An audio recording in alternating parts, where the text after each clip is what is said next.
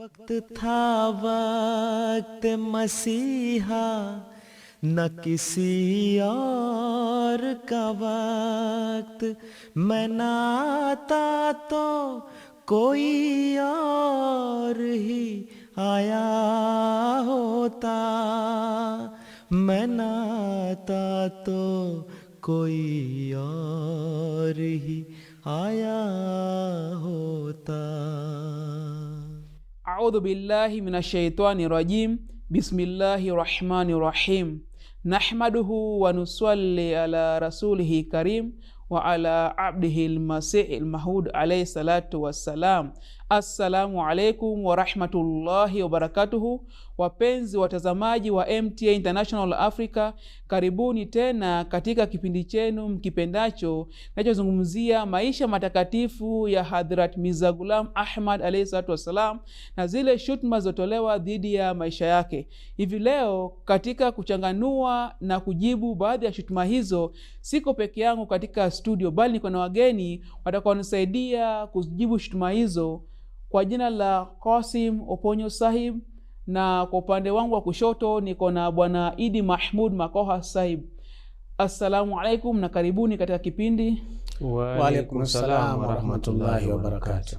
Vile tunavyojua ni silsila ama ni jambo la kawaida kwa mitume wa Mwenyezi Mungu kurushiwa shutuma mbalimbali katika maisha yao, na vivyo hivyo pia Hadhrat Mirza Ghulam Ahmad alayhi salatu wasalam hakuachwa nje katika shutuma hizo. Pia tunaona baadhi ya shutuma ambazo amerushiwa Hadhrat Mirza Ghulam Ahmad alayhi salatu wasalam, wapinzani wanasema kuwa halikuwa na mwalimu wa kawaida, wa mwalimu wa kidunia.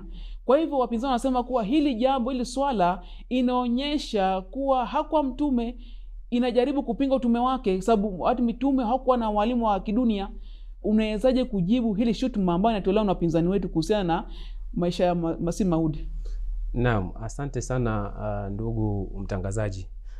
Na ningependa kumjulisha mtazamaji wetu kwamba hizi ndio shutuma ambazo wapinzani wanatumia kwa Masihi alayhi salatu wasalam, ya kwamba yeye alikuwa na mwalimu wake, na wanasema katika mitume waliopita hawajaiona mtume ambaye alikuwa na mwalimu. Lakini jambo hili ni kukosa tu kwao kufahamu, lakini ni jambo ambalo la kawaida. Mtume ambaye Mwenyezi Mungu Subhanahu wa Ta'ala ametaja ndani ya Qur'ani tukufu kwamba hakujaliwa kuwa na mwalimu na alikuwa nabii ummi ambaye hajui kusoma wala kuandika, ni mtume mmoja tu, Mtume Muhammad sallallahu alaihi wasallam. Lakini wengine wote hakuna ushahidi katika Qur'ani ama vitabu vyote ya kwamba huyu alikuwa hajui kusoma ama huyu alikuwa hajui kuandika. Hiyo ni kejeli tu, ni kwamba ni madai ambayo hayana msingi wote, ama ambaye haifai kumbabaisha mwanajumuiya ambaye amemkubali Masihi alaidiwa. Kwanza kabisa tukiona kuna mifano ambazo kuna mitume ambao walikuwa wanafundishwa na hili Mwenyezi Mungu Subhanahu wa Ta'ala amelizungumza, ya kwamba kuna mitume ambao walikuwa wanazungumzwa. Na je, swali linakuja, je, kwa hivyo kuwa na mwalimu ni makosa?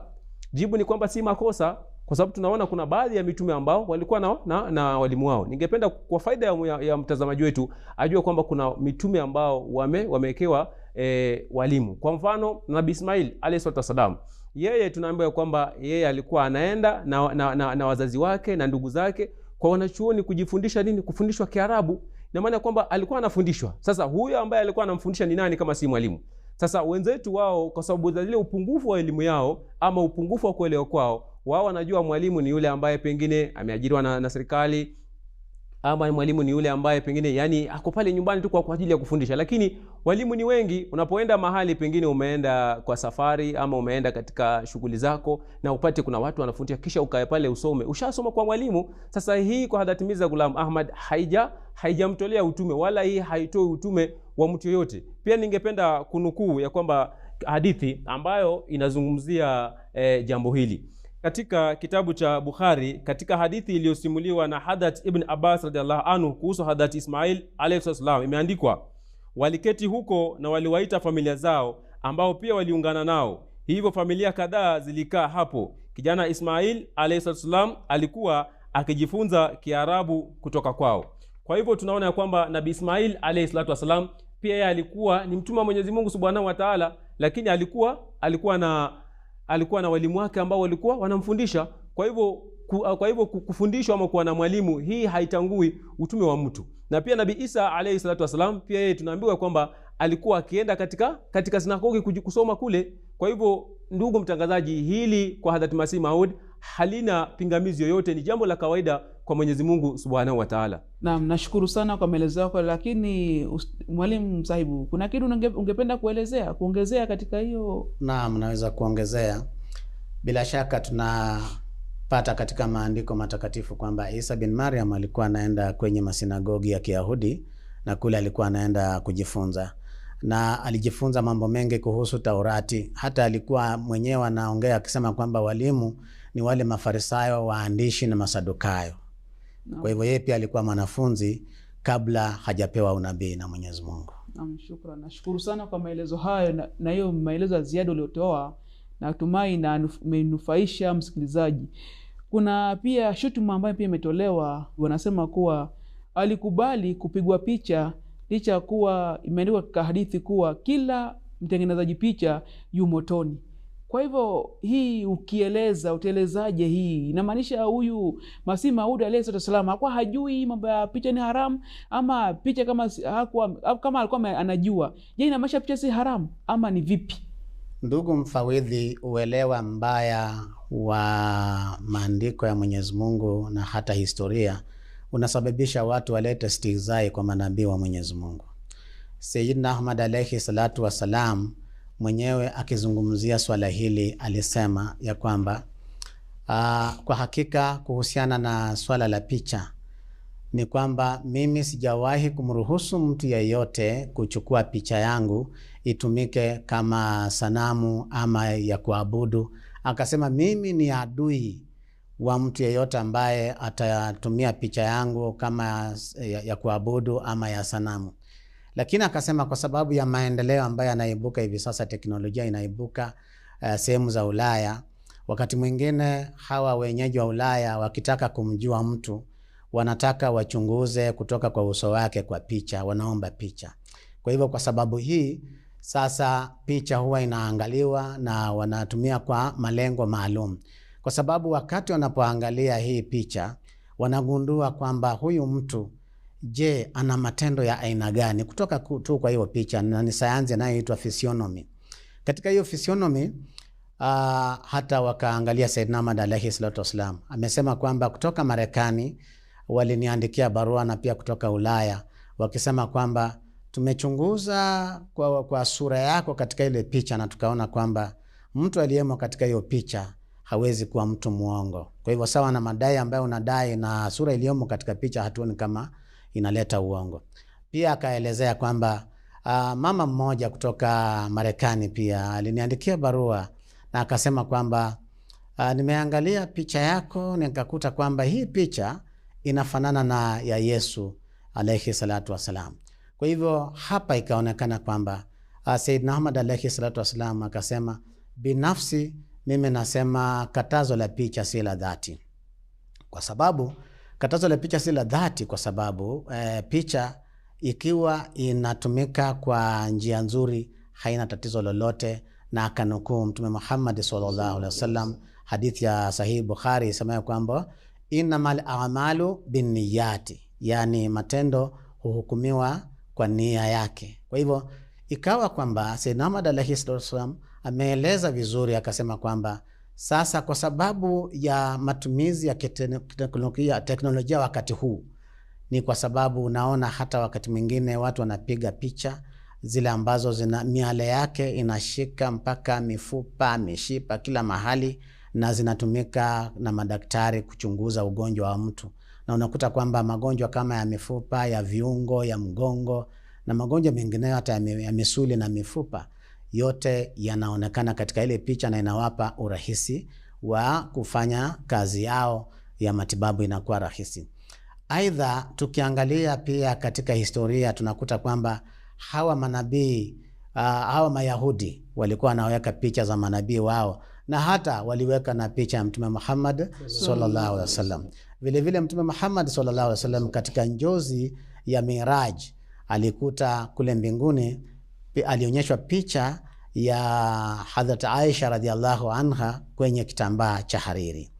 Sayyidina Ahmad alayhi wasallam anaendelea kwa kusema kwamba kwa sababu hii picha si haramu, inakuwa ni haramu kulingana na yale matumizi ambayo mtu anatumia. Kwa hivyo, kwa kuwa ni nukuu ya Sayyidna Ahmad alayhi salatu wasalam, nataka kusoma nukuu yenyewe mkiniruhusu, ya kwamba picha ambayo ikitumika kwa njia ya kuleta muongozo badala ya kupotosha watu, hiyo picha haiwi haramu.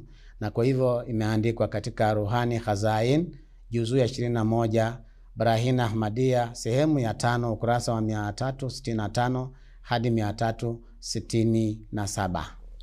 Naam, na pia ndugu mtangazaji, mimi ningependa kuongezea kitu kidogo kwamba, na kama wao wanasema kwamba picha ni haramu, tunaona wakati huu ambao tupo sasa hivi kila kitu ni picha. Wao wenyewe wamefungua mastation yao, wana picha ambazo wanapiga pale, kuna matangazo ambayo wanarusha. Basi kwani hawama watu elezee kama kupiga picha ilikuwa haramu wakati ule wa Masihi aliahidiwa, ama mpaka sasa hivi pia inaendelea? Na tukiona pia tuko na pesa ambazo tuko nazo, kuna picha za watu katika hizo pesa. Vipi hizi itakuwa ni haramu kutumia hizi pesa ama namna gani? Naam, asante sana. Kwa hivyo picha si haramu kulingana na madhumuni ama nia ya matumizi yake. Picha inakuwa haramu ama kutokuwa haramu kulingana na matumizi. Kwa hivyo nashukuru sana kwa maelezo hiyo ya ziada uliongezea. Kuna pia shutuma ambayo pia imetolewa, wanasema hii hadithi mimi nazungumzia inasema uharamishaji wa taswira, yani picha, taswira, ukipenda picha. Wanasema inapinga kuwa si nzuri kupiga picha, lakini sasa jambo la kushangaza ni kuwa wanasema haipingi wala ishutumu ile Nabii Suleiman alayhi salam kutengenezewa, sababu katika zama za Nabii Suleiman tunaona alitengenezewa paka masanamu zitengenezwa. Wale wapinzani wa Sayyidina Ahmad wanasema kuwa mbona haikushutumu, mbona Qur'an haijashutumu mahali popote, mbona hii shutuma haijatolewa kwa Hadhrat Suleiman alayhi salam? Naam, ndugu mtangazaji, ni vile wanasema kwamba asidi huwa hakosi sababu. Ni kwamba wanatafuta tu sababu za kumkufurisha Masihi aliahidiwa Hadhrat Mirza Ghulam Ahmad. Lakini tukiona katika mitume waliotangulia ama Nabii Suleiman alayhi salatu wasalam, kuna ushahidi katika ndani ya Qur'an tukufu ambayo tumeambiwa kwamba yeye kuna picha ambazo ziko kwake, na ningependa kunukuu aya za Qur'ani tukufu. A'udhu billahi minashaitanir rajim. Bismillahir rahmanir rahim. Katika Qur'an tukufu Mwenyezi Mungu anasema, huwallahul khaliqul bari'ul musawwirun lahul asmaul husna, ya kwamba yeye ni Mwenyezi Mungu muumba, mfumbuzi, mfinyanzi, almusawwiru, na yeye ana majina mazuri zaidi. Kwa hivyo katika tafsiri ya aya hizi, katika tafsiri Husayn al-Mausma bin Qadr ni kama ifuatavyo: walimtengenezea masanamu za malaika na manabii kwa umbo waliokuwa wakichukua wakati wa ibada, ili watu waone na kuabudu kwa namna hiyo hiyo. Na walitengeneza mabirika makubwa na sufuria za kupikia za mbao kwa ajili ya Suleimani. Tulisema, fanyeni matendo mema enyi watu wa Daudi kwa kushukuru kwa baraka hizi. Tafsir al-Qadri inayojulikana pia kama Tafsir Husayn juzuu ya 2 ukurasa wa 279. Kwa hivyo tunaona kwamba haya ni mambo ambayo watu ambao walikuwa ni wa Nabii Suleiman alayhi salatu wasalam, kwa sababu ya kumpenda walitengeneza vitu kama hivi, lakini hatujaiona hawa ndugu zetu wakisema kwamba ni haramu, kwa hivyo haifai kutengeneza. Pia ningependa kunukuu kutoka katika Sahih Bukhari juzuu ya 3 ukurasa wa 8. Inasema kwamba hakika Mtume Muhammad sallallahu alayhi wasallam alisema, malaika hawaingii nyumba yenye umbwa au sura, na alimaanisha sanamu ambazo zina roho. Kwa hivyo kuna mambo mawili hapa ambayo yametumika, taswira ya kwamba yani kuna sanamu ambalo mtu amelichukulia kama Mungu. Sasa Mtume Muhammad sallallahu alayhi wasallam anasema malaika hawaingii nyumba kama hiyo ambayo mtu ameweka sanamu ambalo lina roho. Sasa sanamu linamaanisha nini? Sanamu kuna masanamu ya aina mbili. Kuna sanamu ambalo la kuchongwa na kuna sanamu ambalo liko na roho. Wakati mtu anachukulia kitu fulani kama Mungu wake, inakuwa ni sanamu, na pia mtu anaweza chukulia mwanadamu mwenzake ambaye yuko na roho kama Mungu. Sasa unaambiwa kwamba wakati tunaweka masanamu kama yale ama tunachora picha kama zile, basi inakuwa ni haramu kwa Mwenyezi Mungu Subhanahu wa Ta'ala. Lakini kwa kupiga picha tu, hiyo haitangui utume wa Hadhrat Masih Maudi alayhi salatu wasalam. Nabii Adam alayhi salatu wasalam, inasemekana kwamba aliteremshiwa sanduku likiwa na picha za mitume. Sasa hii inadhibitisha silsila ya mitume kutoka kwa Nabii Adam mpaka kwa Mtume Yakubu alayhi salatu wasalam, ambayo hii wapinzani wetu hawasemi kama ni haramu, lakini hii ushahidi upo katika ndani ya hadithi. Kwa hivyo ndugu mtangazaji, hizi shutuma zao hazina mwelekeo kabisa. Ni kweli hazina mwelekeo. Kama Adam alishushiwa sanduku lenye picha, kweli hazina mwelekeo kabisa. Bwana Idi Mahmud, kuna hii swala ambalo pia limeibuka kama shutuma kuhusu Masihi Maud alayhi salam. Wanasema jina lake ni jina la mseto ama kupenda jina la mchanganyiko. So baadhi yao wapinzani wanasema kuwa nabii hastahili kuwa na jina la mchanganyiko ama jina la mseto. Utajibuaje hii pingamizi? Kwa kweli ndugu mfawidhi, kuhusiana na shutuma hii, wapinzani wana tatizo kubwa sana, kwa sababu wamefilisika na tafilisa iliyowakumba ni ya maarifa na hekima. Mtume Muhammad sallallahu alaihi wasallam, ukiangalia vizuri, manabii wengine ambao walikuja kabla yake walikuwa na majina mseto, na hatuendi pale sana.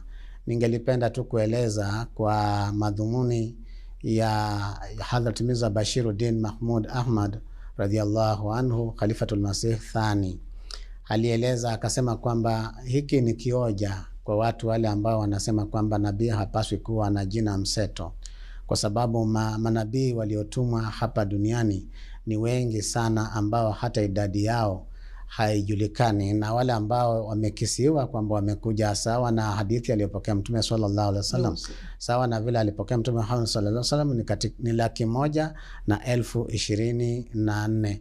Hawa wote ni manabii ambao hawajatajwa katika Qur'ani, wote hawajatajwa katika vitabu vingine, na kwa hivyo wametajwa wachache. Kwa hivyo kulingana na Hadhrat Mirza Bashiruddin Mahmud Ahmad radhiallahu anhu, anasema kwamba hiki ni kioja tu cha kusema kwamba lazima nabii awe na jina moja la moja kwa moja.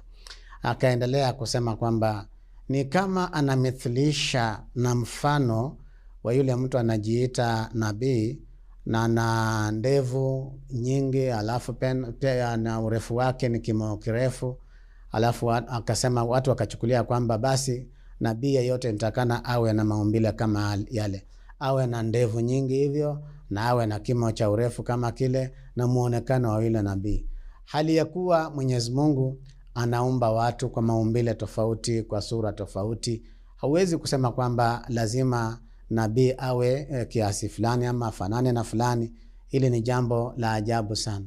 Kwa hivyo Sayyidina Mirza Bashiruddin Mahmud Ahmad radhiallahu anhu ameelezea kwa ukamilifu swala hili, na akanukuu aya ya Qur'ani tukufu ambayo ningeomba pia nami ni nukuu katika kuelezea jambo hili kinaga ubaga. Ameeleza Mwenyezi Mungu Subhanahu wa Ta'ala katika Suratul Mu'min ambayo ni 40 aya ya 79 ya kwamba walaqad arsalna rusulan min qablika minhum man qasasna alayka wa minhum man lam naqsus alayka, yani na kwa yakini tuliwatuma mitume kabla yako, wengine wao tumekusimulia na wengine wao hatukukusimulia. Maana yake ni kwamba hawa manabii ambao walikuja, manabii zaidi ya 124,000, wote si kwamba Mtume sallallahu alaihi wasallam amefahamishwa majina yao kwamba ni kina nani, walitoka wapi. Ni wachache sana ambao Mtume sallallahu alaihi wasallam anajua. Kwa hivyo hili dai ya kwamba nabii hapasi kuwa na jina mseto halina msingi wowote, na nimesema kwamba linatoa taashira ya upungufu wa elimu na hata imani. Mtu wa aina hii hawezi kuwa na mwelekeo wa kuongoza mwenzake kujua maana ya unabii. Asante sana kwa hayo maelezo, natumai wamenufaika na wameelimika. Ndio Bwana Kasim Oponyo, ni athari gani mba iko nayo kuhusu huu mchanganyiko wa mseto wa jina? Ni athari gani iko nayo katika maisha ya nabii yeyote? Iko na athari yoyote? Asante ndugu mtangazaji. Jibu ni rahisi kwamba hamna athari yoyote, kwa sababu jina halitangui sifa ya nabii, wala jina halitangui nabii. Na jambo hili limedhibitika katika mitume ambao wamepita. Tukiangalia kama nabii Ismail alayhi salam, jina lake pia liko ni mara mbili, imeandikwa katika mara mbili. Sasa hii haiwezi tangua majina ya mtume. hata Nabii Ibrahim alayhi salatu wasalam pia yeye jina lake liko katika mara mbili, Ab na Raham, na kwamba Abraham, kwa hivyo iko na maana mbili. Nabii Musa alayhi salatu wasalam pia yeye majina yake yako na maana mbili, na haya majina yako na maana yake. Si ya kwamba wakati mtu jina limegawanyika katika mara mbili basi inatangua utume wa mtu. Basi kama ingekuwa inatangua, wangeanza na hao manabii waliotangulia, kwa sababu tunaona Nabii Musa alayhi salatu wasalam alikuwa na majina mawili ambayo yameshikana. Nabii Ismail alayhi salatu wasalam alikuwa na majina mawili ambayo yameshikana. Na pia hili lilidhibitika hata pia kwa masahaba wa Mtume Muhammad sallam, kulikuwa na watu ambao walikuwa na majina ambayo yametengana. Kwa hivyo ndugu yangu mtangazaji, ni kwamba hili haya madai ambayo hawa wapinzani wanaweka hayatangui utume wa nabii. Ni shutuma tu ambazo wanaweka, yani wameshindwa mahali pa kushikilia. Sasa wanaweka shutuma tu bila ushahidi, bila chochote ambacho, bila aya ya Qur'ani. Wao wanamwekea tu ili maadamu waonekane wamemkufurisha, lakini hayana msingi wowote madai kama haya. Asante sana kwa maelezo hayo yako ya kueleweka, ambayo hitaji hata kuongezea. Naam, Bwana Idi Mahmud Sahib, kuna hii pia swala ambalo limeibuka ambao anasema ni pingamizi kubwa sana. Anasema kwamba na majina malaika wamesema Techi, Khairati na Ail, ndio wasema hao ndio majina ya malaika wa Hadhrat Mirza Ghulam Ahmad. Ni kweli jambo hili ama ni uongo? Kwa hakika jambo hili ambalo wanasema ni uzushi, kwa sababu Sayyidina Ahmad alayhi salatu wasalam hajawahi kusema kwamba alikuwa na malaika wake binafsi. Isipokuwa siku moja alikuwa amelala, yuko katika hali ya usingizi, na akapata njozi. Alipopata njozi, aliona mtu ambaye sura yake ilikuja kama ya malaika, hakuwa mtu wa kawaida. Na alipomuona yule mtu, alikuja moja kwa moja mpaka mahali alikuwa, na akaanza kumpa pesa. Akampatia kiasi kikubwa cha pesa, na pale pale sasa Sayyidina Ahmad alayhi salatu wasalam akamuuliza, jina lako ni nani? Basi yeye akasema, mimi naitwa Techi. Sasa Sayyidina Ahmad alayhi salatu wasalam anasimulia akisema kwamba Techi maana yake ni yule mtu ambaye amekuja wakati wa haja fulani kwa mpangilio maalum. Sasa katika lugha ya Kipanjabi. Kwa hivyo alikuwa amesimulia mpaka Techi, na akasema Techi katika tafsiri ya Kipanjabi inamaanisha ya kwamba ni mtu ambaye amekuja kwa wakati maalum na kwa mahitaji maalum. Kwa hivyo hao wakachukulia kwamba vile amesema Techi, tena akaanza sentensi na Techi, wakaanza kukejeli wakisema Techi Techi. Kwa hivyo ni watu ambao kwa sababu ya ufinyu wa ufahamu hata wameshindwa kupambanua baina ya mwisho wa sentensi na mwanzo wa sentensi, wanaunganisha bila maarifa yote na wanasema Techi Techi kwa sababu ya kejeli yao. Kwa hivyo hiyo ndio ilikuwa hilo ni simulizi la kwanza. Simulizi la pili linahusu malaika ambaye anaitwa Khairati. Malaika huyu ambaye ni Khairati, Sayyidina Ahmad alayhi salatu wasalam pia anasimulia kwamba kulikuwa na wakati yeye alipata njozi na malaika alifika mbele yake, na yeye akaomba kwamba aswali, muongoze kwa sala. Kwa hivyo nitaleta nukuu yenyewe ndio sasa faida ipatikane ya kutosha kwa ndugu mtazamaji. Kuhusu malaika Khairati, Sayyidina Ahmad alayhi salatu wasalam amesimulia, na hii ilikuwa ni ndoto ya Hadhrat Mirza Sahib anapoelezea kwamba malaika watatu walishuka kutoka mbinguni, mmoja wao alikuwa na jina Khairati, na niliwaambia malaika hawa wajiunge nami katika sala, na nikasali dua hii. Sayyidina Ahmad alayhi salatu wasalam aliomba, Rabbi dhahab anni rijsa wa tahirni tathira, yani Mola wangu ondolea mbali uchafu na unitakase kabisa. Kwa hivyo baada ya hili malaika hao watatu walipanda juu mbinguni, na Sayyidina Ahmad alayhi salatu wasalam anasema kwamba nilipoamka nilihisi mwili wangu umekuwa mwepesi na ninaenda juu nikienda, na mabadiliko mengi yakapatikana. Hii pia imeandikwa katika Tiryaqul Qulub Ruhani Khazain jalada la 15 ukurasa wa 351 hadi 352. Alafu la pili linahusu malaika Ail. Malaika Ail ambaye ni malaika wa Mwenyezi Mungu ambaye anawafunulia majina mbalimbali. Jina lilofunuliwa kwa Hazrat Mirza Sahib lilikuwa Ail na sio Il kama wanavyosema wale wapinzani. Yule maana yake ni yule anayerudi mara kwa mara na analeta ufunuo. Kwa hivyo ufunuo wa kimungu unaelezea hivi kwa Sayyidina Ahmad alayhi salatu wasalam. Akasema Sayyidina Ahmad alayhi salatu wasalam, jaani ailun wakhtara wa adara isbu'uhu wa ashara anna wa'dallahi ata. Akasema kwamba Ail alikuja kwangu na kuniweka kando, akionyesha kwa kidole chake na kutaja kwamba ahadi ya Mungu imefika. Hii imenukuliwa katika Hakikatul Wahi Ruhani Khazain jalada la 22 ukurasa wa 106. Na kwa ufupi Sayyidina Ahmad alayhi salatu wasallam akaeleza kwamba huyu Ail kulingana na hiyo tafsiri ndiye malaika Jibril. Asante sana kwa hiyo elimu iliyotupatia kwa kutuelezea hao malaika watatu, jinsi wapinzani wanavyosema walikuwa maana yao ni nini, na maana ya majina jinsi ni kinyume na dhana ya wapinzani wetu. Ningependa pia niwashukuru nyote kwa kuja na kubainisha na kuweka wazi na kutoa majibu ya zile shutuma zilizotolewa dhidi ya maisha ya Masih Maud alayhi salatu wasalam, na ningeomba tu Mwenyezi Mungu azidishie elimu ili pia siku zijazo muweze kuja na kuelimisha umma Mtume Muhammad sallallahu alaihi wasallam. Naam, ni furaha yangu kuwa nawe kuanzia mwanzo wa kipindi hadi saa hizi, na natumai kuwa umenufaika na umeelimika na umedukuduku na shaka ulizokuwa nazo kuhusu pingamizi ama shutuma hizi zimeweza kutoweka.